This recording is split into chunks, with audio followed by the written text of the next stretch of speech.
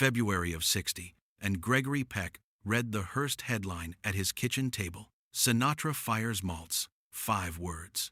13 years of Albert Maltz's ruined career, one of the Hollywood 10, who served prison time for refusing to name names, ended in 5 words and a paid statement from Frank Sinatra saying the American public had spoken. Gregory read it twice. Then he drove to Los Angeles.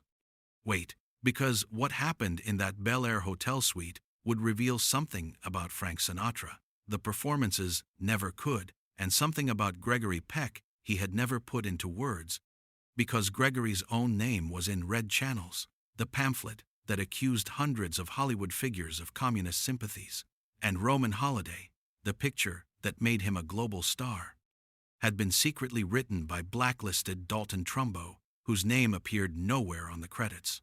Gregory understood exactly what it cost a man to have his name taken away. Frank was in shirt sleeves when he opened the door. The bourbon was untouched, newspapers on the floor, not thrown, just let fall. Gregory had not telephoned, he simply drove. Have you ever arrived somewhere and understood the most important thing you could do was be in the room? Frank had held 3 weeks against John Wayne's attacks, against Ward Bond calling it a hire the commies club, against the Hearst press. Then Ambassador Joseph Kennedy had made a call, and Frank placed a new ad in the trades. Settlement with Maltz. Frank stood by the window, jaw tight, looking at nothing. He was the best man for the job, he said. Not a defense. A fact with nowhere to go. Gregory let 10 seconds pass. Then, I know he was. They would have pulled the Kennedy campaign apart, Frank said. The whole thing would have come apart over one writer and one picture. Gregory said nothing.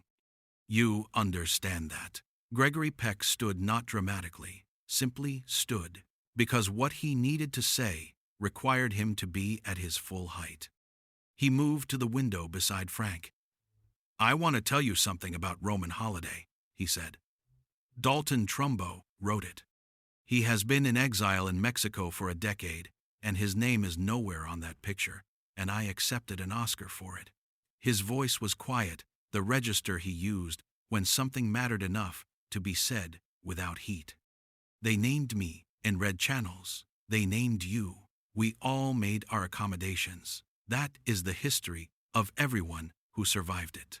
He turned to look at Frank directly. The question is not whether you did the right thing. The question is what Albert Maltz does tomorrow when he opens the trades. Something shifted in Frank's face. Maltz said, I had thrown down the gauntlet, he said quietly. That my eyes were open. Gregory held the silence. You entered. John Wayne never entered.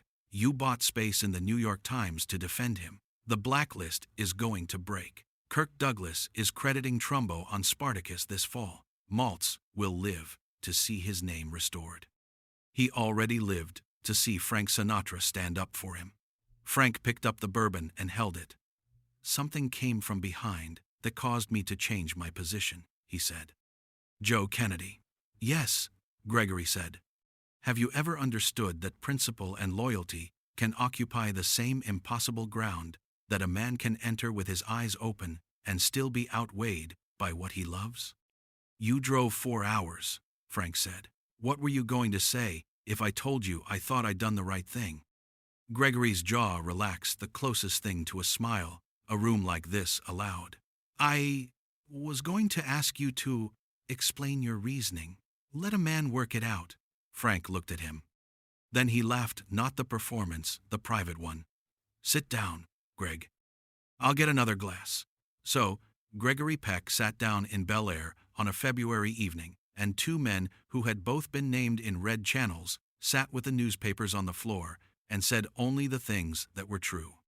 Albert Maltz lived until 85. In 75, Trumbo received a posthumous Oscar for Roman Holiday, and Gregory Peck was in the audience when his name was finally restored. At Frank's memorial in '98, Gregory stood at a microphone and said, Frank made us feel good about ourselves. He did not need to say more. This is what Hollywood used to mean, not just the performances, but the men who drove 4 hours without telephoning ahead poured a second glass, and stayed. Share this with someone who remembers when principle was a price, not a performance. Subscribe to keep these stories alive. Like if you believe that standing in the wreckage of a hard choice, still standing, is the truest thing a life can contain. Tell us, when have you seen someone enter a fight knowing the cost? Every voice deserves to be heard.